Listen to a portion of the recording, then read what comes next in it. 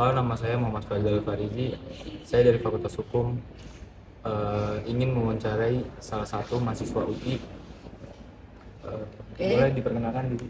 Oke, baik. Perkenalkan, nama saya Naura Denistia. Saya merupakan mahasiswi jurusan Sastra Indonesia di Universitas Indonesia angkatan 2025. Menurut saya mengenai patriarki sendiri, sebenarnya ketika patriarki ini memiliki definisi bahwa laki-laki memiliki kekuasaan yang lebih daripada perempuan dan mengatakan bahwa laki-laki ini memiliki kekuatan yang lebih, itu bisa dikatakan benar karena pada dasarnya laki-laki ini emang tercipta lebih kuat daripada perempuan. Namun sayangnya dalam realitas sosialnya patriarki ini dimanfaatkan untuk hal-hal yang sifatnya negatif, seperti di sistem patriarki ini kan dalam kenyataannya itu tuh ada perasaan untuk memiliki hak istimewa, dan di sini itu memberikan dampak yang negatif, seperti misalnya melakukan kekerasan seksual kepada perempuan namun tidak merasa bersalah karena merasa perempuan hanya bagian dari sistem reproduksi, atau menempatkan perempuan itu sebagai pemilik gender kedua. Itu merupakan kesalahan dalam sistem patriarki yang nyatanya itu yang justru lebih menonjol di masyarakat kita. Yang menjerumus ke arah patriarki itu seperti misalnya kalimat yang kayak perempuan tidak perlu kuliah tinggi-tinggi, tidak perlu kuliah gitu, atau laki-laki nggak perlu beres-beres rumah. Itu termasuk hal-hal sederhana yang menurut saya itu udah menjerumus ke patriarki. Yang seperti sudah saya sebutkan ya sebelumnya, itu kayak itu yang pertama, perempuan laki-laki tidak perlu beres-beres. Misal nih semua keluarga lagi ada dalam rumah, lalu yang hanya diminta beres-beres adalah perempuan dengan kata-kata ayo bantuin mama beres-beres. Anak gadis harus tahu caranya beres-beres, padahal itu merupakan nilai tradisi yang akhirnya tertanam di diri laki-laki bahwa laki-laki tidak diwajibkan untuk ikut serta dalam urusan rumah tangga gitu. Nah, hal tersebut juga berpengaruh ke nilai yang ditanamkan dalam perempuan itu.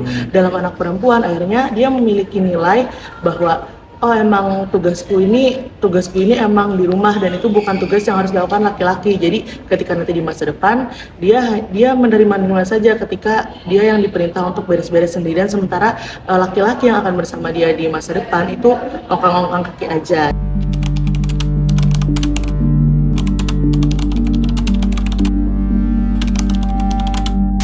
Suasana rumah saya itu cenderung lumayan patriarkir ya. Laki-laki di rumah sering dianggap lebih berkuasa gitu. Pendapat mereka lebih selalu didahulukan, sementara perempuan lebih sering dibebani dengan pekerjaan. Terus menurut saya hal ini membuat suasana rumah kadang tidak seimbang ya, karena tanggung jawab dan hak tidak dibagi secara adil. Di rumah yang saya alami itu kayak misalnya sering lebih gimana ya, misalnya saya sering disuruh-suruh gitu ketimbang saudara saya yang laki-laki ya. Misal saya mau main tapi saya harus kerjain pekerjaan rumah dulu, sedangkan yang anak laki-laki ya udah kalau pergi ya udah tinggal pergi gitu. Menurut saya itu ya patriarki pastinya nggak normal kan, karena situasi seperti ini sebenarnya tidak sehat, karena menempatkan satu gender lebih tinggi, jadi laki-laki lebih diprioritaskan daripada perempuan, sehingga perempuan dianggap remeh dan ya dianggap lemah gitu. Menjadi orang yang suka mempertanyakan aturan yang tidak masuk akal dari mereka buat, seperti bla bla bla itu yang disebutin. Terus sama kadang aku merasa terbebani karena perempuan harus lebih mandiri ketimbang laki-lakinya, karena mama bilang kamu harus lebih mandiri dari laki-lakinya, padahal seharusnya gimana ya, suami istri itu kan harusnya bergantung, ngerti kan? Tapi ini istri tuh harus lebih mandiri, jadi ibarat aku tuh udah mandiri banget gitu loh. Jadi di situ posisi kamu sebagai perempuan harus lebih mandiri daripada saudara kamu laki-laki. Iya kayak gitu. patriarki sih, mereka ngerasa itu hal normal yang dari zaman dulu dan kayak mereka melestarikannya sampai sekarang karena sudah terbiasa. Biasanya ayahku pulang dia langsung nyuruh ambilin air, bener-bener nyuruh, dia nggak pernah ngambil air sendiri. Terus yang kedua makan minum kita diambilin gitu kan. Terus yang kedua adalah waktu itu kakakku minta dibeliin sepatu karena sepatu dia dari SMA udah jebol. Terus sampai tahun lalu nggak dibeliin, akhirnya dia nabung karena dia magang, dia dapat 500.000, dia beli sepatu sendiri. Sedangkan adik aku laki-laki yang paling kecil, sepatu dia tuh banyak gitu kan. Nah terus dia minta sepatu, dia sekarang langsung dibeliin. Menurut aku semangat terus, dan kamu generasi selanjutnya yang harus merubah itu semua. Di tangan kamu, patriarki harus ditiadain ya guys, karena hal kayak gitu nggak normal.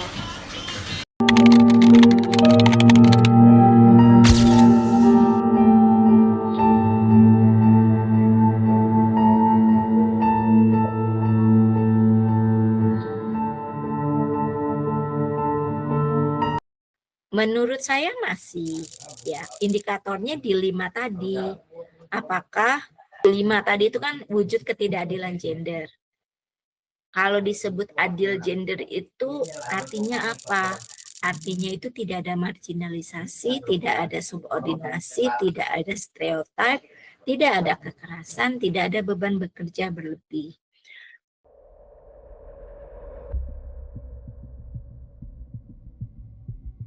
Seharusnya tidak. Oke. Karena sekali lagi peran gender atau diskriminasi berbasis gender itu sudah dinyatakan bertentangan dengan nilai-nilai kemanusiaan, dengan human dignity, gitu ya. Tapi teman-teman bisa cek apakah kelima hal itu masih terjadi atau tidak. Masih, setiap hari kita masih membaca ada kekerasan seksual, kekerasan dalam rumah tangga. Masih setiap hari kita mendapati perempuan yang meninggal karena melahirkan, gitu ya. Kita masih mendapati misalkan perempuan yang tidak mampu melanjutkan sekolah, gitu ya. Nah, jadi kalau pertanyaan Mas Fadil tadi, apakah patriarki masih bisa diterima? Jawabannya kalau dari pandangan saya, pada tatanan ideal itu tidak bisa diterima. Karena itu bertentangan dengan nilai-nilai kemanusiaan, dengan human dignity. Karena tadi kan kita lahirnya sama ya, ketika menangis pertama ke dunia ya kita sama-sama manusia gitu.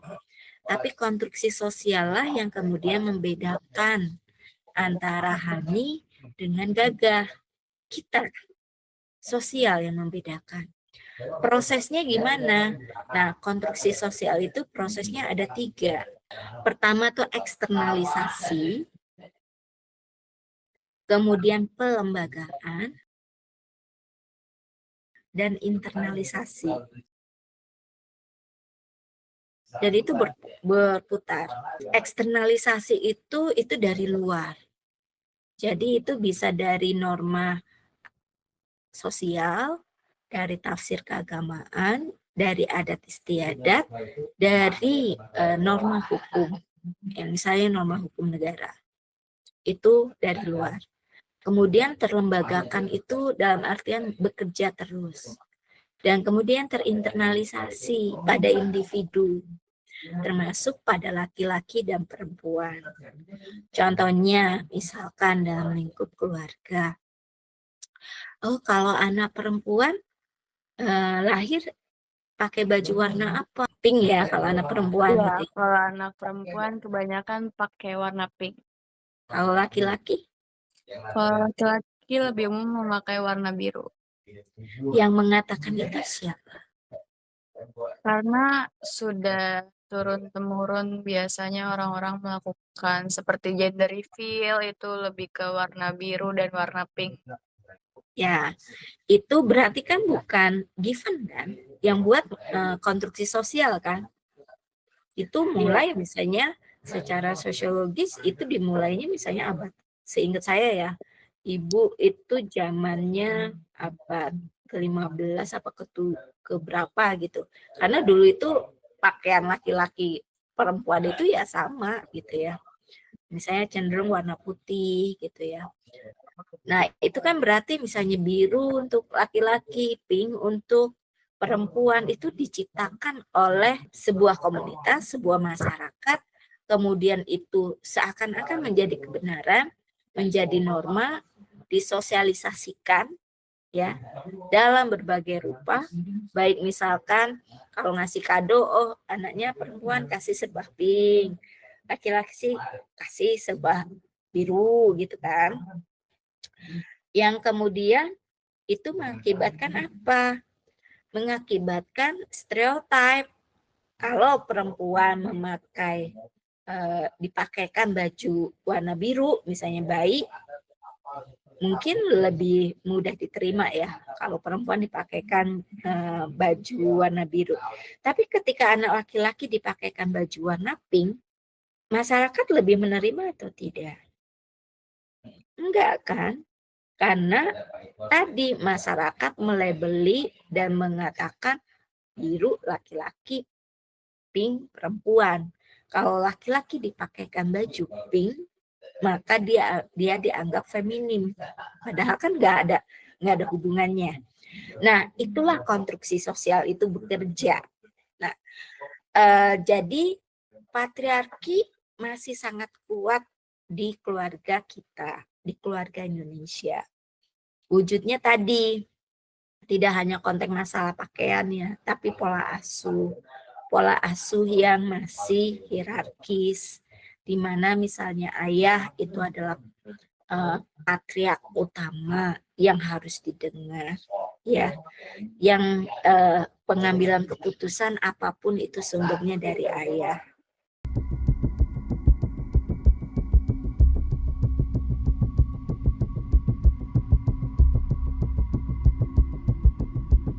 Itu tergantung kepada apakah dia ada tanda kutip intervensi ya. Intervensi terhadap pengalaman. Misalkan, contohnya aku dari keluarga istri patriarki ya. Bapakku Ustadz. Sangat keras. Ya.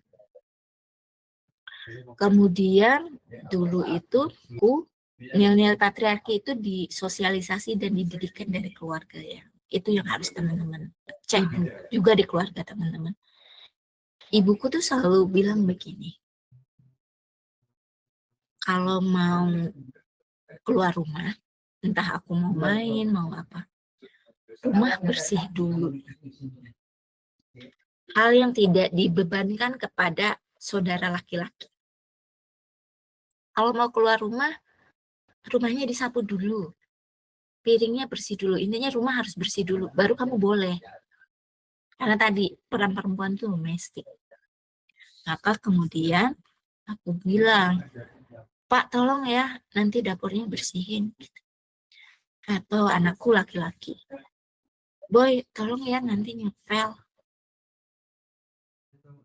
Itu salah satu cara memutus bahwa pekerjaan-pekerjaan yang identik dengan rumah tangga itu mulai diputus dengan pola pendidikan, dengan mendistribusikan bahwa itu tanggung jawab bersama, bahwa itu adalah keterampilan hidup, gitu ya.